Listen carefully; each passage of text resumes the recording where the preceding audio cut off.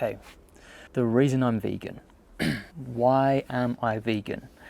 To answer this question is to basically give an elevator pitch on veganism.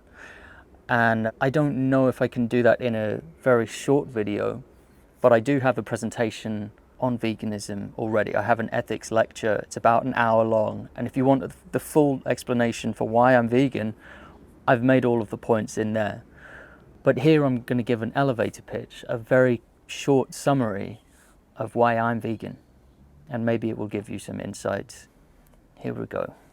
I'm vegan because I can see that I have no right to demand that any innocent creature be held captive and stripped of their freedom and exploited in my name. I don't have the right to demand that. First of all, it is not necessary. And because it is not a necessity, that means it is optional.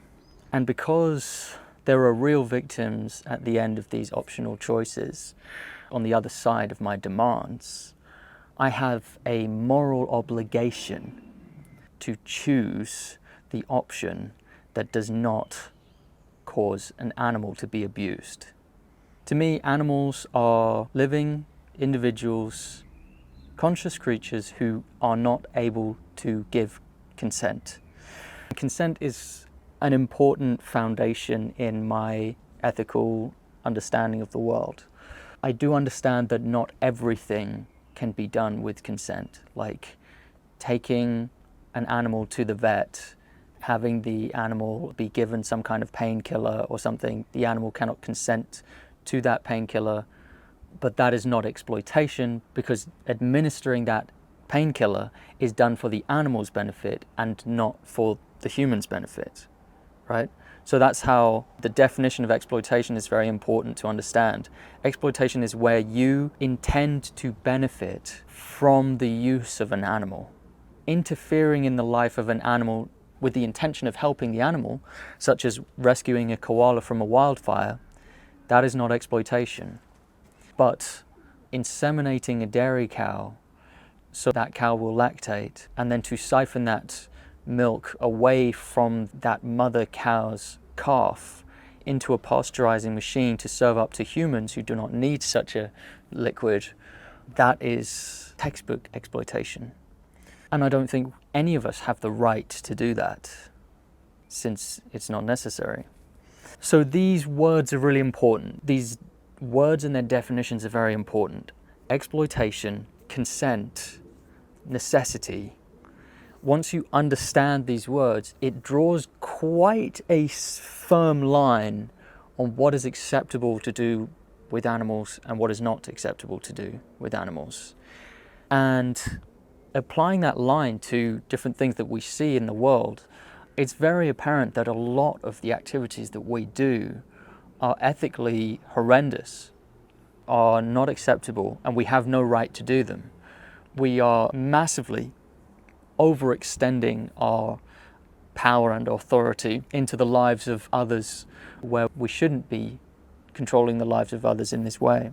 I believe that everyone who does not pose a threat to others' liberty has a right to liberty themselves. And I try to extend this to everyone, not just the ones that I like the look of, not just my friend group or my community, but everyone who would care about their own liberty, right? And that includes animals. Animals care about what area they are confined to and for how long they are confined. They care about these things. They have an interest in their own lives, and therefore they care about their own liberty. They care about the sovereignty of their bodies and that their bodies are not invaded in processes such as artificial insemination. If you can't tell yet, I really believe that we should ban artificial insemination. I think it should be illegal to impregnate an animal, and I think it should be illegal to breed animals. So provided that someone is innocent of a crime and pose no future threat to others, I believe they have a right to be free. This really goes back to Immanuel Kant, treating others how I would want to be treated. I would expect others to treat me in that same way. I would expect to not be imprisoned without cause. My freedom is worth a lot to me. It matters a lot to me, my own personal liberty. And I extend that in the way that I treat others. And to me, it doesn't matter what you look like. It doesn't matter your genetic code.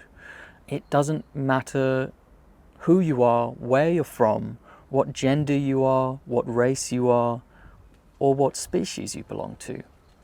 To me, species is a completely arbitrary line that people draw. It's the same prejudice rearing its head again. It's the same prejudice that Ku Klux Klan members had, but it's manifested in a slightly different way. It's the same prejudice that Nazis had. I'm not trying to trigger anyone here by using those examples, but it's just commonplace throughout history. And I'm trying to not fall into those old patterns that people are inclined to. Or I'm trying to shed those old prejudices of the past and also look at where we are now at this point in history and trying to identify areas of unexamined prejudice and unexamined injustices. I'm not saying I'm perfect, but at least I'm trying. I'm making a real effort to treat others how I would want to be treated if the roles were reversed. I got into the shower the other day and noticed that there was a spider in the shower. I said, "Oh, sorry, buddy." I scooped up the spider and I moved the spider so the spider wouldn't be killed when I turned on the shower. Size is irrelevant to me. If I had not seen that spider and I'd turned on the shower and then I see the spider going down the drain, look, I'm not going to be someone who's like hysterically crying over it, but I would say a little apology under my breath. "I'm sorry, buddy, I didn't see you," and move on with my day. It's an unnecessary harm. I accidentally interfered in that spider's life. That passive process, it doesn't really affect my happiness at all. I enjoy life just as much as I did before when I was completely oblivious to these ideas. Now, probably the more interesting question is why I'm an advocate for animal rights. Because I consider veganism to just be the moral baseline. That's just putting you at zero, it's ground zero for morality. But being an advocate is positive, right? Being an advocate is trying to improve the world. It's trying to affect public discourse and public understanding on these issues. That takes more motivation for me to turn on the camera and actually talk to you guys about it instead of just being a vegan. Being a vegan's easy. That's the easy part. Talking to you is the hard part, trying to get my ideas to be understood. That's the real challenge. And that's advocacy. I'm an advocate and occasional activist because I don't like bullies. And humans bully animals. Straight up, humans bully animals. And that doesn't sit right with me. I wouldn't be okay seeing someone bully someone who was mentally disabled, who had a stunted intelligence or was physically not in full control of their body. I wouldn't sit right with me to see someone who was mentally and physically disabled put into a cage and exploited for whatever they're worth, for whatever their body is worth. It's really no different with animals. Like I said, it isn't a border for me. My compassion doesn't stop there. Going a little further with this idea, if I was in a cage, if I was caught one day, or I was bred into a cage and I was confined without good reason, I would want someone on the outside to be speaking out on my behalf, to be drawing attention, to be criticizing the system in which I find myself imprisoned. That is what I would like for myself if I was in that situation. And so I'm just extending that to others. I'm doing what I would expect of anyone else. It's very common courtesy for me. And I know a lot of people they're either not aware of the importance of veganism or they just don't realize it yet. If it isn't important to stop bullies from bullying, then I don't know what is important. It's the top of the list for me. And I do believe that bad behavior, if left unchecked, can snowball. It can get worse. So it's better to do it sooner rather than later. If not now, then when? We might as well address it right now. All that is required for evil and injustice to prevail is for good people to say and do nothing. So be the change you want to see in the world, and don't be a hypocrite.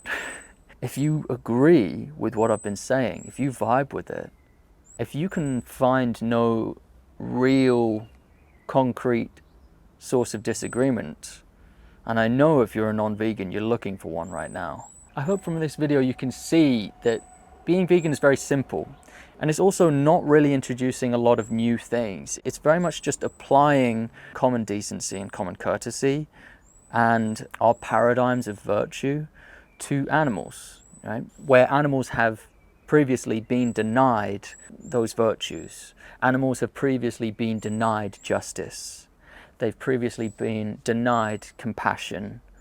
They've been denied a voice in our society despite being used.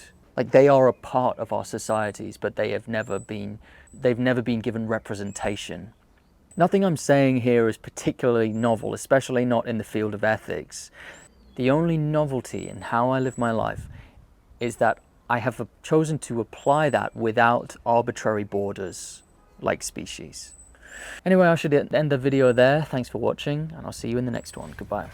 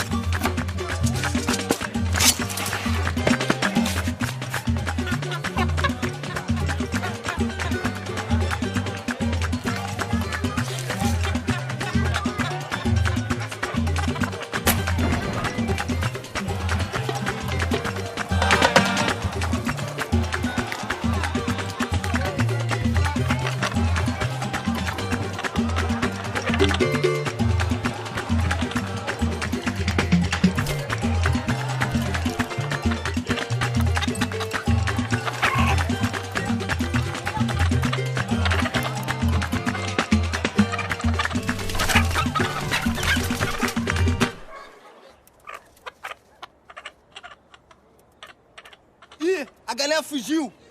Ô, rapaz, você aí, meu irmão. Pega a galinha, segura a galinha aí, rapaz.